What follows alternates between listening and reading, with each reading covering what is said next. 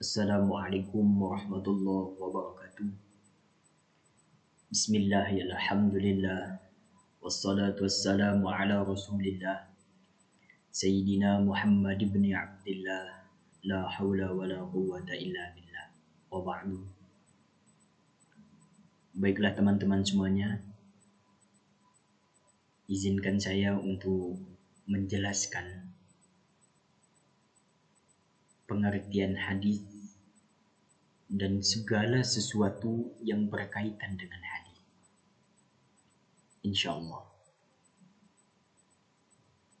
Yang pertama adalah pengertian hadis.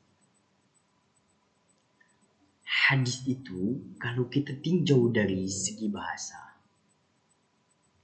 atau kita tinjau dari segi gramatika bahasa Arab, maka hadis itu mempunyai makna sesuatu yang baru. Jadi segala sesuatu yang baru itu bisa disebut juga dengan hadis. Namun tetapi kalau hadis ini ditinjau dari istilah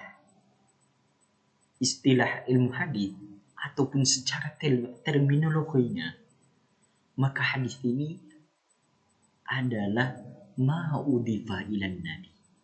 Segala sesuatu yang disandarkan kepada Nabi min qaulin, baik itu dari ucapan, au fi'lin atau dari perbuatan Nabi, au sifatin atau sifat-sifat Nabi, au takririn atau ketetapan Nabi Muhammad sallallahu alaihi wasallam. Lalu kalau kita ingin mengkaji hadis ini lebih dalam lagi, maka hadis itu terbagi menjadi dua. Yang pertama adalah hadis nabawi, yang kedua adalah hadis qudsi. Hadis nabawi ini yang itu tadi, yang ma'udhifa ilan nabi tadi, ma'udhifa ilan nabi sampai akhir. Itu namanya hadis nabawi. Yang kedua adalah hadis qudsi. Apa sih hadis qudsi ini? Hadis qudsi adalah wahyu yang Allah turunkan kepada Nabi Muhammad tanpa melalui pelantara malaikat Jibril.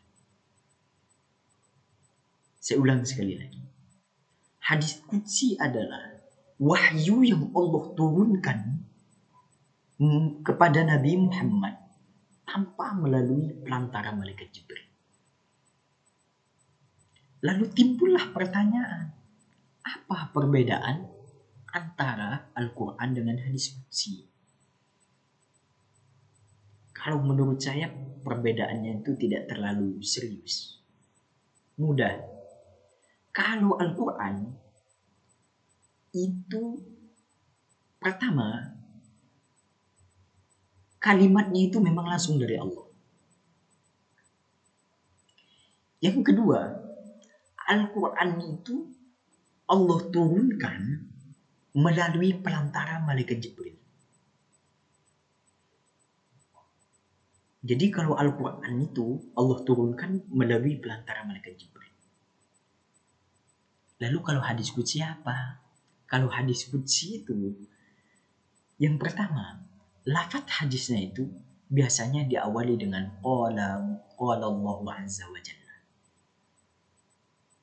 Yang kedua, hadis qudsi itu adalah wahyu yang Allah turunkan kepada Nabi Muhammad tanpa melalui pelantara malaikat Jibril. Baik itu secara ilham, Allah turunkan melalui ilhamnya kepada Nabi Muhammad, maupun secara mimpi. Lalu yang selanjutnya adalah apa hubungan Al-Quran dengan hadis? Dan apa fungsi hadis terhadap Al-Quran? Kalau kita ditanya hubungan antara Al-Quran dengan hadis ini, tentu Al-Quran dan hadis ini mempunyai hubungan yang sangat erat, bagaikan langit dan bumi. Artinya, kedua ini tidak bisa dipisahkan, karena kedua ini saling melengkapi antara satu dengan yang lain.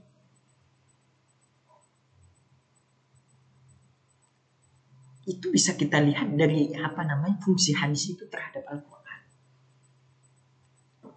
Untuk fungsi hadis terhadap Al-Quran itu kurang lebih ada 4 kalau nggak salah. 4. Yang pertama litaqid atau takrir. Fungsi hadis terhadap Al-Quran itu adalah untuk menguatkan hukum yang ada di dalam Al-Quran. Itu yang pertama. Yang kedua, lil bayan. Untuk menjelaskan segala sesuatu yang ada di dalam Al-Quran. Yang ketiga, untuk menjelaskan arti yang samar di dalam Al-Quran itu. Jadi kalau kita jadi Al-Quran itu itu terhitung sebagai dasar hukum yang masih mujmal, masih global, sehingga membutuhkan tafsiran-tafsiran, penjelasan-penjelasan yang tafsiran itu tidak bisa diawang-awang oleh orang awam seperti kita, namun tetapi tafsiran itu harus berdasarkan sumber yang pas, yaitu baginda Nabi Muhammad SAW. Kalau kita buka di dalam surat Al-Baqarah misalnya, itu Allah jelaskan bahwasannya Al-Quran itu ada ayat yang muhkamat, yang memang tidak membutuhkan lagi tafsiran, memang adanya seperti itulah, dan hukumnya juga sudah jelas. Dan ada juga ayat yang mutasyabihat. Nah inilah ayat yang mutasyabihat inilah yang kalau tidak ditafsirkan oleh Nabi, tidak dijelaskan oleh baginda Nabi, maka umat ini akan terpecah belah karena persepsi dengan ayat-ayat yang berbeda. Ayat satu mempunyai persepsi yang berbeda, sehingga hadirlah Nabi Muhammad sebagai bayanul Quran, sebagai penjelas daripada Al-Quran. Yang keempat, fungsi daripada hadis itu adalah menjelaskan secara terperinci apa-apa yang ada di dalam hadis. Jadi Al-Quran itu menjelaskan secara terperinci hukum-hukum yang ada di dalam hadis itu menjelaskan hukum-hukum yang ada di dalam Al-Quran, menjelaskan secara terperinci. Contoh, kita melakukan sholat. Di dalam Al-Quran, aqimus sholat wa atuz zakah. Innallaha tanha 'anil fahsya'i wal munkar. Terus lagi banyaklah hadis ayat-ayat yang menjelaskan atau menegaskan betapa wajibnya melakukan sholat itu. Namun tetapi di Al-Quran itu tidak dijelaskan oleh Allah bagaimana cara kita melakukan sholat. Di dalam Al-Quran itu tidak Allah jelaskan berapa kali kita melakukan sholat. Lalu ketika kita melakukan sholat itu apakah kita harus wudhu dulu, harus bagaimana? Itu diperincikan oleh hadis Nabi Muhammad SAW. Sudah jelas. Jadi kalau kita ditanya kaitan Al-Quran dengan hadis, itu sangat berkaitan. Lalu apa fungsi Al-Quran dengan hadis? Minimal ada 4. Yang pertama adalah litakrir awit taqid. Yang kedua lil bayan. Yang ketiga menjelaskan hukum-hukum yang samar. Yang keempat merinci apa yang ada di dalam Al-Quran. Terus yang selanjutnya adalah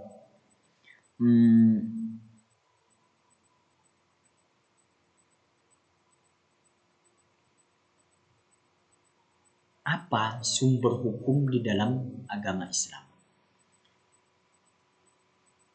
Untuk masalah ini para ulama berbeda pendapat. Tapi kalau saya itu ada 4. Walaupun kalau kita kaji secara terperinci lagi, kalau tidak salah itu ada 13 sebetulnya. Karena di situ ada qaulus sahabat segala macam di situ. Ada syar'u man qablana itu ada 13, tapi setidaknya ada 4. Tapi ada juga yang mengatakan hanya 2, Al-Quran dan hadis saja ada. Tapi kalau saya makainya yang 4. Apa itu? Yang pertama adalah Al-Quran. Kedudukan Al-Quran ini adalah sumber hukum utama di dalam agama Islam.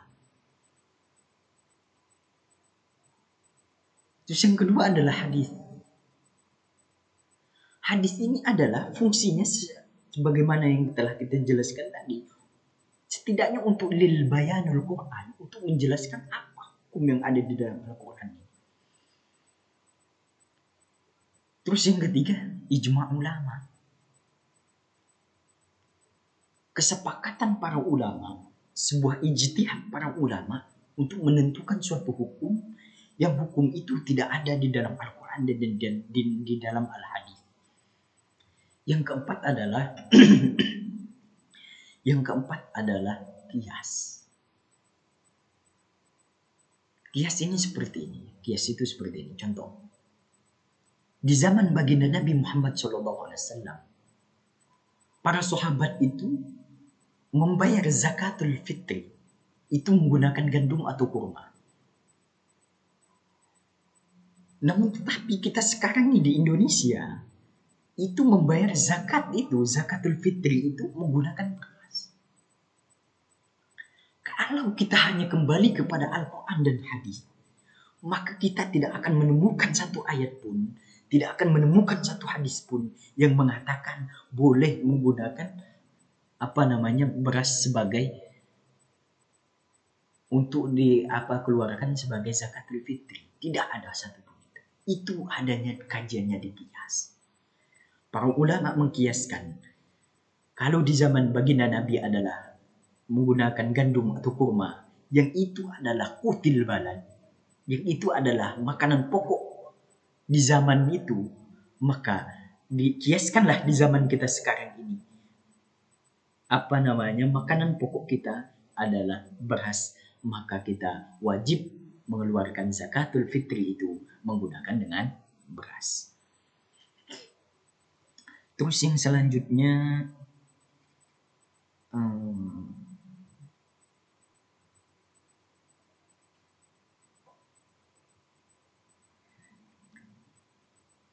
pengertian ingkar sunnah dan contoh ingkar sunnah. Ingkar sunnah nih. Ingkar sunnah itu adalah sebuah golongan di dalam agama Islam yang mereka itu tidak mau mengambil sumber hukum dari hadis. Kata mereka cukup menggunakan Al-Quran, itu sudah cukup. Sehingga mereka tidak mau mengambil hadis. Padahal di dalam hadis sendiri itu sudah jelas, taraktu fikum amrayni, kutinggalkan bagi kalian 2 perkara, kata Nabi Muhammad. Apabila kalian berpegang kepada keduanya, maka lan tadillu abada, maka kalian tidak akan pernah tersesat selamanya. Namun tapi ada nih golongan yang sok-sok hebat, seakan-akan mereka itu mampu untuk menjelaskan dengan pikiran dan ilmu mereka, menjelaskan apa yang ada di dalam Al-Quran itu tanpa menggunakan hadis. Itu namanya ingkar sunnah.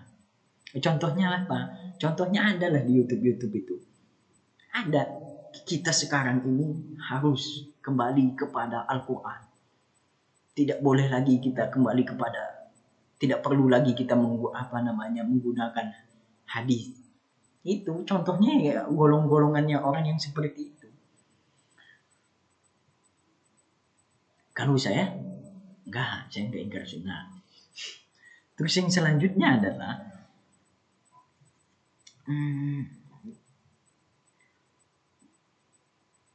hadis ditinjau dari kuantitas perawi. Bagaimana cara mentakhrij hadis agar dapat mengetahui derajat sahih dan dhaifnya sebuah hadis. Jadi kalau kita tinjau hadis itu dari segi kuantitas di sini.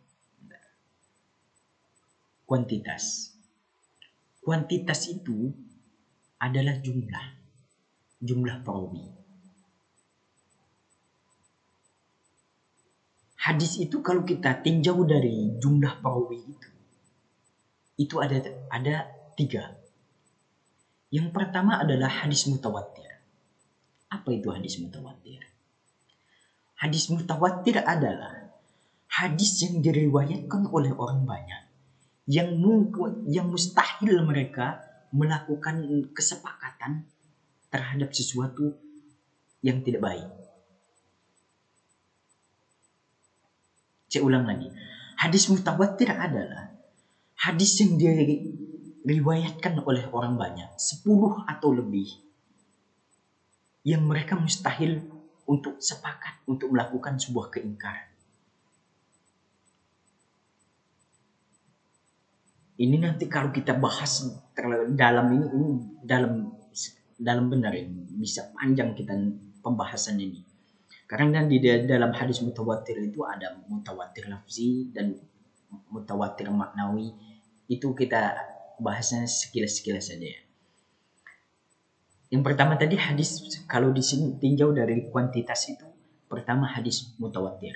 Yang kedua adalah hadis masyhur. Apa itu hadis masyhur? Hadis yang diriwayatkan, kalau tadi mutawatir itu 10, tapi kalau masyhur itu 3 orang atau lebih, tapi tidak mencapai pada derajat mutawatir. Terus yang ketiga adalah hadis ahad. Nah ini ahad nih. Ahad itu kan 1. Artinya hadis yang diriwayatkan oleh individu, oleh seorang individu, yang dengan inilah muncul hadis yang disebut juga dengan hadis dhaif, hadis maudhu, hadis mardud. Itu nanti turunan ke bawahnya ke sana. Lalu bagaimana mentakhrij hadis supaya kita mengetahui kedudukan hadis itu, bahwasanya ini adalah hadis dhaif, ini hadis sahih. Takhrij hadis itu merupakan sebuah upaya kita untuk